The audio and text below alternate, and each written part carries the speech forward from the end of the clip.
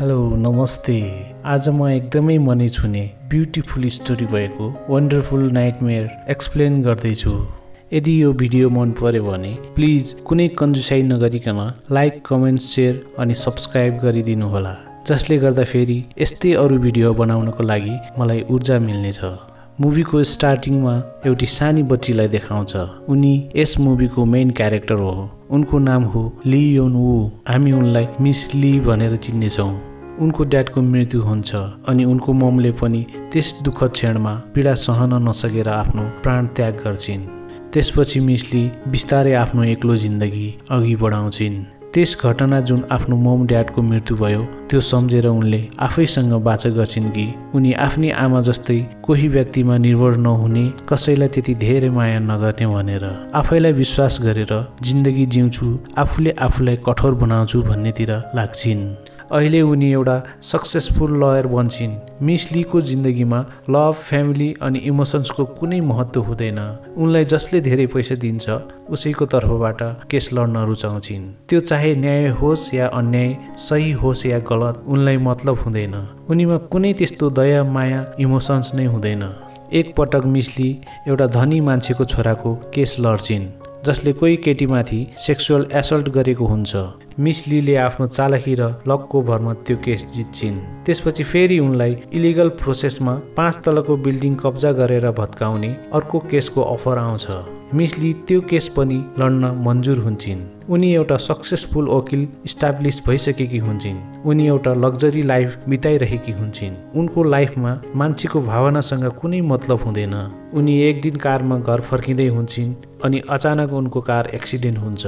जब उनको आँखा खुल्छ उनले आफूलाई एउटा अनौठो ठाउँमा पाउँछिन्। त्यहाँ उनले अगाडि काउन्टरमा एउटा केटी बसेकी देख्छिन्। मिस ली त्यहाँ गएर सोध्छिन्, म यहाँ किन अनि यो के हो भन्दै एउटा टोकन देखाउँछिन्। काउन्टरमा बसेको केटीले उनको नाम, नम्बर अनि जन्ममिति सोध्छिन्। जब उनले जन्ममिति भन्छिन् त्यो केटी अचम्म पर्छिन् किनकि उनी धेरै यङ थिइन् अनि एकैछिन वेट गर्नुस् भन्छिन्। केही बेरपछि मिस लीलाई भित्र बोलाएर उनी जान्छिन्। त्यहाँ एउटा स्वर्गदूत हुन्छ।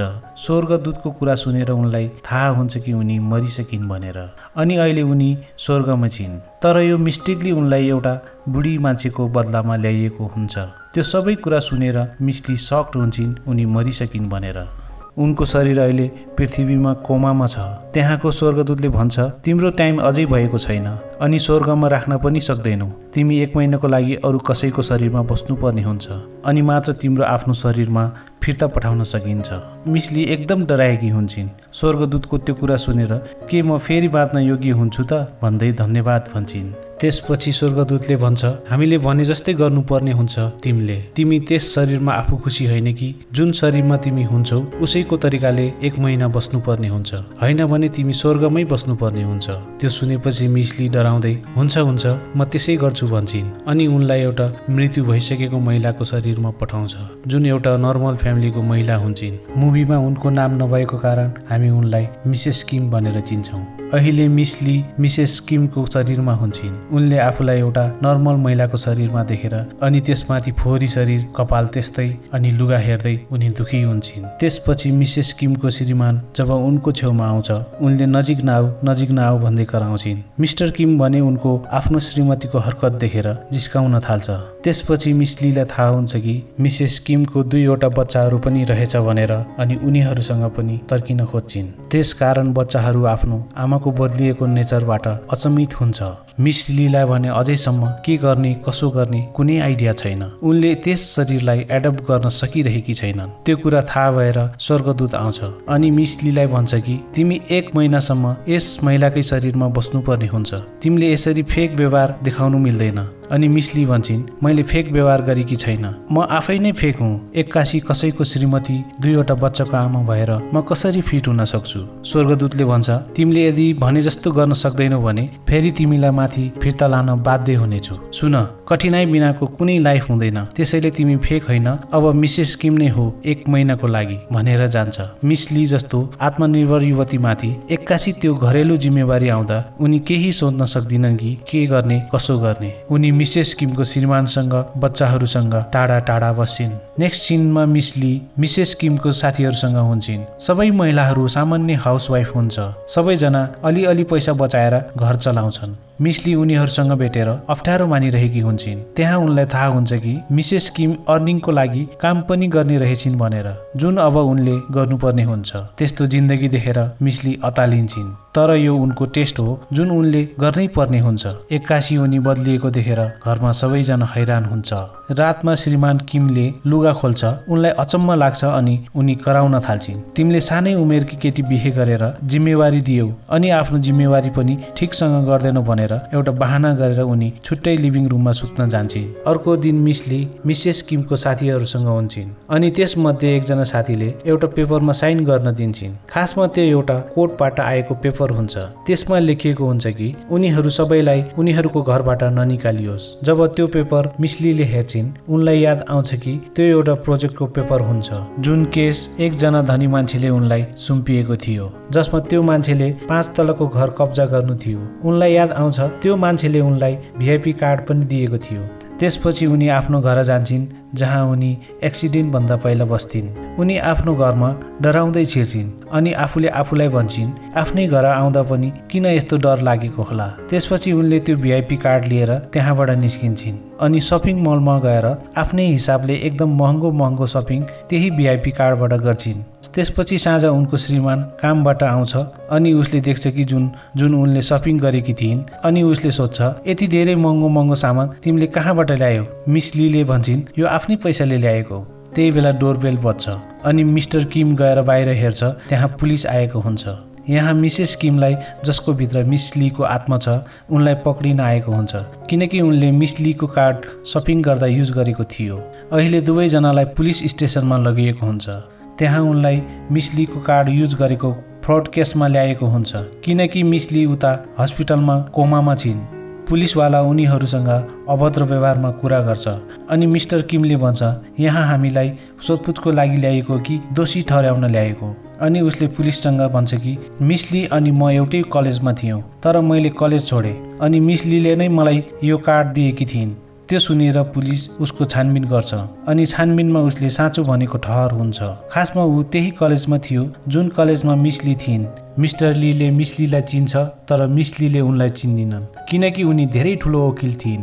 पुलिसले अब उनीहरूलाई जान भन्छ, तर मिस्टर किमले पुलिससँग भन्छ उनको श्रीमतीसँग अभद्र व्यवहार गरेकोमा उनीसँग माफी माग्नु भन्छ। पुलिसले माफी माग्छ अनि दुवैजना त्यहाँबाट निस्किन्छ। बाहिर आएपछि मिस्टर किमले श्रीमतीसँग भन्छ मलाई तिम्रो विश्वास छ, तिमीले कहिले पनि यस्तो काम गर्दैनौ भन्दै मायाले कपाल सुमसुम्याउँछ। अहिले मिस लीला भने मिसेस किमको श्रीमानप्रति गुड फिलिङ्स आउन थाल्छ। त्यही बेला उनको सामु स्वर्गदूत आउँछ अनि भन्छ कि तिमीले अहिलेसम्म गडबड गर्यौ, यहाँसम्म कि अब पुलिस स्टेसनमा पनि पुग्यौ। तिमीसँग अब जति टाइम बचेको छ अब सबै ठिक गर्नुपर्ने हुन्छ अनि मात्र तिमी पास हुनेछौ। अर्को दिन मिस्टर किमले श्रीमतीसँग भन्छ के तिमी मसँग पार्टीमा जान्छौ। मिस लीले सोच्छिन् यही मौका हो सबै कुरा ठिक गर्नलाई अनि उनले हुन्छ भन्छन्। त्यसपछि पार्टीमा देखाउँछ। जब मिस ली तयार भएर आउँछिन्, मिसेस किमको श्रीमान हेरेको हेरै हुन्छ किनकि उनी धेरै राम्री देखिएकी थिइन् अनि पार्टीमा मिस्टर किमले बनाएको प्रपोजल उसको बोसले रिजेक्ट गरिदिन्छ। त्यस कुरामा मिस लीले मिस्टर किमको बोसलाई सबैको सामु चित्त नबुझेको कुरा सुनाउँछिन्। त्यसपछि मिसेस किमको श्रीमानले उनलाई बाहिर ल्याएर भन्छ यो सब तिमीले किन गरेको। मिस लीले भन्छन् किनकि यो सब उनको श्रीमानको लागि गरेको, किनकि उसको बोस धेरै अनावश्यक कुरा उसलाई सुनाइरहेको थियो। अनि फेरि मिस्टर किमको बोस त्यहाँ आउँछ अनि कराउन थाल्छ। जब ऊ मिस लीसँग अनावश्यक कुरा लिएर कराउन थाल्छ अनि मिस्टर किमले एक पञ्च हानिदिन्छ। त्यसपछि उनीहरू एउटा बारमा जान्छ। त्यहाँ मिस लीले भन्छन् तिमीले आफ्नो बोसलाई हान्नु हुँदैन थियो, यदि तिमीलाई जबबाट निकालिदियो भने हामी त रोडमा आउँछौ। मिस्टर किमले भन्छ चाहे हामी रोडमा आओस् मलाई त्यसमा केही मतलब छैन, तर जसले तिमीसँग यस्तो व्यवहार गर्छ म त्योसँग यस्तै गर्छु। मिस लीले उसँग सोध्छिन् तिमीले ल कलेज किन छोडेको थियो। उसले भन्छ कि तिमी मेरो प्यारी श्रीमती, मेरो सानो सानो बच्चा थियो, म माथि जिम्मेवारी धेरै थियो, त्यसैले मैले ल कलेज छोडेँ। त्यो कुरा सुनेर मिसली धेरै इमोसनल हुन्छन्। त्यसपछि दुवैजना घर आउँछ अनि अहिले मिसलीले मिसेस किमको परिवारलाई राम्रो केयर गर्न सुरु गर्छिन्। उनलाई बच्चाहरूको पनि माया लाग्न थाल्छ। अर्को दिन मिसेस किमको छोरालाई देखाउँछ। ऊ त्यहाँ मार्केटमा घुम्दै हुन्छ अनि ऊ त्यहाँ रोडमा लड्छ। त्यसपछि त्यहाँ एकजना मान्छे आउँछ अनि मिसेस किमको छोरालाई उठाउँछ। उसको हातमा घाउ लागेको हुन्छ, त्यसमा ह्यान्डी प्लस लगाइदिन्छ। त्यहाँ एउटा महिला आउँछिन्। उनले त्यस मान्छेलाई भन्छन्, तिमीले यहाँ पसल राख्न पाउँदैनौ किनकि तिमीले पैसा दिएको छैनौ। खासमा ती महिलाले त्यहाँ सबैसँग पैसा उठाउँछिन् जहाँ सबैले पसल राख्छ। त्यो मान्छेले भन्छ पैसा पछि दिन्छु, तर पनि ती महिला मान्दिनन्। त्यही बेला मिसली त्यहाँ आइपुग्छिन्। त्यहाँ के भएको सबै कुरा उनको छोरा मतलब मिसेस किमको छोराले भन्छ। त्यो कुरा थाहा भएपछि उनले ती महिलालाई भन्छन् कि तिमीले यहाँ जुन होल्डिङ बोर्ड्स लगाएकी छौ त्यो सबै इलिगल हो अनि यो सबै होल्डिङ बोर्ड्सको पैसा तिमीले लिन्छौ। उनले कानुनको केही धारा पनि सम्झाउँछिन्। त्यो कुरा सुनेर ती महिला डराउँछिन् अनि त्यो मान्छेलाई सरी भनेर त्यहाँबाट जान्छिन्। त्यहाँ मिसेस किमको साथीहरू पनि पहिलादेखि नै तमासा हेरेर बसेको थियो। उनीहरू मध्येमा ती महिलासँग त्यसरी बोल्ने हिम्मत कसैमा थिएन। उनीहरू मिसेस किमसँग मतलब मिसलीसँग सोध्न थाल्छिन् कि तिमीलाई कानुनको बारेमा यसरी त्यस धाराको बारेमा कसरी थाहा भयो। उनले भन्छन् उनको श्रीमान ल पढिरहेको थियो, उनकै श्रीमानले यो सबै भनेको थियो। नेक्स्ट सिनमा देखाउँछ मिसेस किमको छोरी हरेक दिन उनको ममसँग पैसा मागेर स्कुल जान्छिन्। एक दिन उनले जब उनको ममसँग पैसा माग्छिन् अनि मिसलीले भन्छन् यदि तिमीलाई पैसा चाहिने भए एउटा काम गर्नुपर्ने हुन्छ जुन काम मैले गर्छु। मतलब उनको मम मिसेस किमले जुन काम गर्ने थिइन्। खासमा मिसेस किमले आफ्नो अर्निङको लागि कागजको ब्याग फोल्ड गर्ने काम गर्ने थिइन्। त्यो कुरा सुनेर मिसेस किमको छोरी उनीसँग रिसाउँछिन् अनि त्यहाँबाट निस्किन्छन्। अर्को दिन उनको छोरीले सबै ब्यागहरू फोल्ड गरेर दिन्छन्। त्यसैले मिसेस किमले छोरीलाई पैसा दिन्छन्। पैसा पाएर उनी खुसी हुन्छन् अनि भन्छन् आज म घर अलि लेट आउँछु। मिसेस किमले उनलाई जिस्काउँदै भन्छन् डेटिङ छ कि क्या हो। यस सिनमा मिसेस किमको छोरी उनको साथीसँग उसको घरमा जान्छन्। उनको साथीको नियत भने राम्रो हुँदैन। उनको साथी लगायत अरू साथीहरू पनि त्यहाँ हुन्छ। उनीहरूले मिसेस किमको छोरीमाथि सेक्सुअल एसल्ट गर्न थाल्छ। जसो तसो उनी त्यहाँबाट ज्यान बचाएर भाग्न सफल हुन्छन्। उनी आफूलाई बचाउने क्रममा उनलाई घाउहरू लागेको हुन्छ अनि घरमा आएपछि मिसलीले उनलाई सोध्छिन् तिमीलाई के भयो। मिसेस किमको छोरीले भन्छन् कि उनको साथीले उनीमाथि सेक्सुअल एसल्ट गर्यो अनि जब उनी आफूलाई बचाउने क्रममा यो चोटहरू लाग्यो। त्यो सुनेर मिसलीलाई एकदम रिस उठ्छ अनि उनी आफ्नो छोरीसँग उनको स्कुलमा जान्छन्। त्यहाँ त्यो केटा प्रिन्सिपल अनि उसको वकिलसँग हुन्छ। त्यो केटाको वकिलले दुवैजनालाई मिल्न भन्छ, मतलब त्यस केसलाई ड्रप गर्न भन्छ। मिसलीलाई याद आउँछ कि उनको त्यही सिचुएसन थियो जब उनी वकिल थिइन् अनि उनले जब एउटी केटीमाथि सेक्सुअल एसल्ट भएको थियो त्यो केस लडेर चालाकी अपनाएर उनले केटा पक्षलाई जिताएकी थिइन्। तर आज उनलाई आफ्नो गल्तीको महसुस हुन्छ। उनी वासरुममा गएर एकदम रुन्छिन् अनि आफूले आफूलाई भन्छन् कस्तो जिन्दगी जिरहेको रहेछु मैले। त्यही बेला उनको छोरी त्यहाँ आएर भन्छन् मम हामीसँग पैसा छैन, हामी केस लड्न सक्दैनौ, हामी उनीहरूले भने जस्तै गरेर हामी घर जाउँ। मिसली भन्छन् सधैँ केस लड्नको लागि पैसा नै जरुरी हुँदैन। त्यसपछि उनीहरू त्यो वकिलनिर जान्छ अनि उनले देखाउँछिन् जुन कुराहरू केही बेर अगाडि भएको थियो सबै रेकर्ड भएको उनी देखाउँछिन्। त्यो सुनेर उनीहरू डराउँछ। मिसली जब उठेर जानु लाग्दा त्यो केटा उठेर मिलम भनेको सुनेनस्, हो मैले गल्ती गरेको हो भन्छ। त्यो सुनेर मिसलीले उसलाई एक थप्पड हान्छिन्। त्यसपछि उनी आफ्नो छोरीसँग बाहिर आउँछिन्। मिसेस किमको छोरी त्यो सबै देखेर धेरै खुसी हुन्छन् किनकि त्यो कन्फिडेन्ट उनले आफ्नो मममा कहिले पनि देखेकी थिएनन्। मिसलीले मिसेस किमको घर मिसेस किमले जस्तै सम्हाल्न थाल्छिन्। टाइममा श्रीमानलाई खाना दिने, टाइममा बच्चालाई स्कुल पठाउने अनि सबैलाई राम्रो केयर गर्न थाल्छिन्। अहिले यो जिन्दगी उनलाई रमाइलो मजा आउन थालेको छ किनकि पहिलो पटक उनले फ्यामिलीको माया पाएको हुन्छ।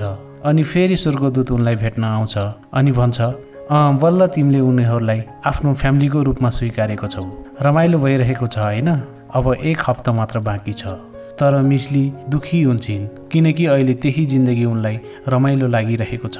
तर उनलाई लागेर के गर्नु, आखिर त्यो बडी छोड्नै पर्ने हुन्छ। मिसलीले स्वर्गदूतसँग सोध्छिन् म कसरी मर्ने अब यो बडी छोड्ने बेलामा। स्वर्गदूत भन्छ कार एक्सिडेन्ट भएर। मिसली भन्छन् यसरी मर्दा बिचारा बच्चाहरूलाई धेरै पीडा हुन्छ नि। स्वर्गदूतले भन्छ त्यसो हो भने उनीहरूको पीडा कम गर्न चाहन्छौ भने अब बाँकी समय जति छ त्यति बेलासम्म उनीहरूलाई धेरै माया गरिदेऊ भन्दै त्यहाँबाट जान्छ।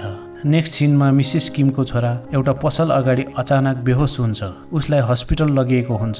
केही बेरमा उसको मम ड्याड हतारिँदै हस्पिटल पुग्छ। त्यसपछि मिस लीले डाक्टरसँग सोध्छिन् मेरो छोरालाई के भएको हो। डाक्टरले भन्छ तपाईको छोराको एउटा यस्तो बिमारी देखिएको छ कि उसको आँखा अगाडि अचानक बादल जस्तो ढाकिने अनि उसले देख्न नसकिने अनि यसको उपचारको लागि सर्जरी गर्नुपर्ने हुन्छ। मिस लीले सोध्छिन् यो के कारण भएको हो। डाक्टरले भन्छ यो एउटा जेनेटिक बिमारी हो। त्यो सुन्ने बित्तिकै उनलाई याद आउँछ कि त्यो बिमारी त उनको परिवारमा धेरैलाई थियो, मतलब त्यो बिमारी उनको परिवारबाट आएको हो। तर यो कसरी हुन सक्छ। उनी अचम्म पर्छिन् त्यो बिमारी मिसेस किमको छोरालाई कसरी भयो भनेर। त्यस कुरामा उनी दुखी हुँदै बाहिर निस्केर एकान्तमा बेसरी रुन्छिन्। अनि त्यहाँ फेरि स्वर्गदूत आउँछ।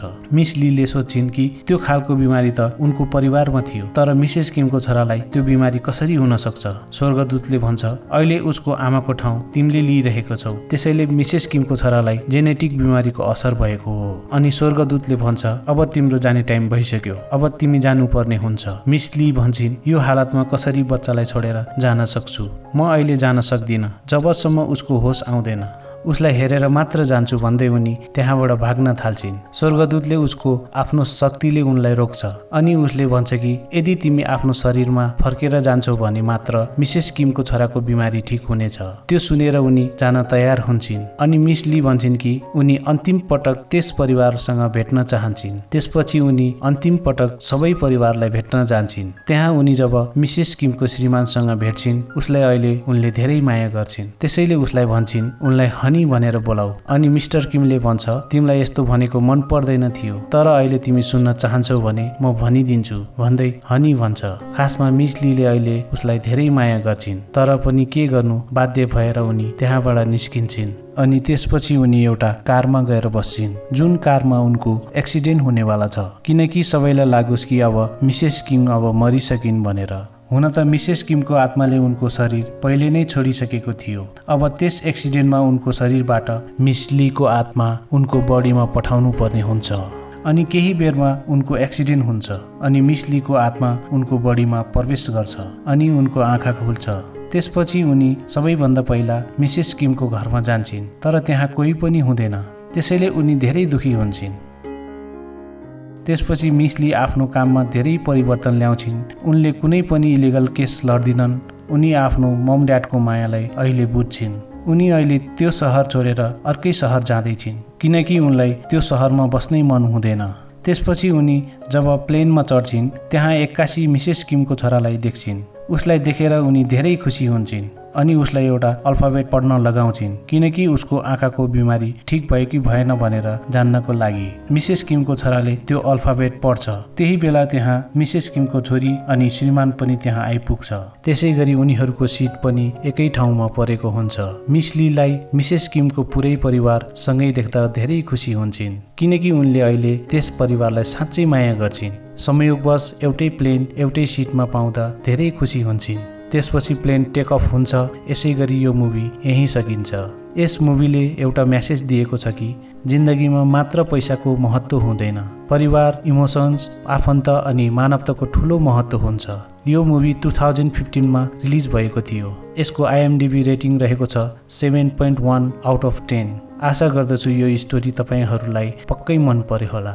जाँदा जाँदै प्लिज लाइक, कमेन्ट अनि सब्स्क्राइब पनि गरिदिनु होला। धन्यवाद।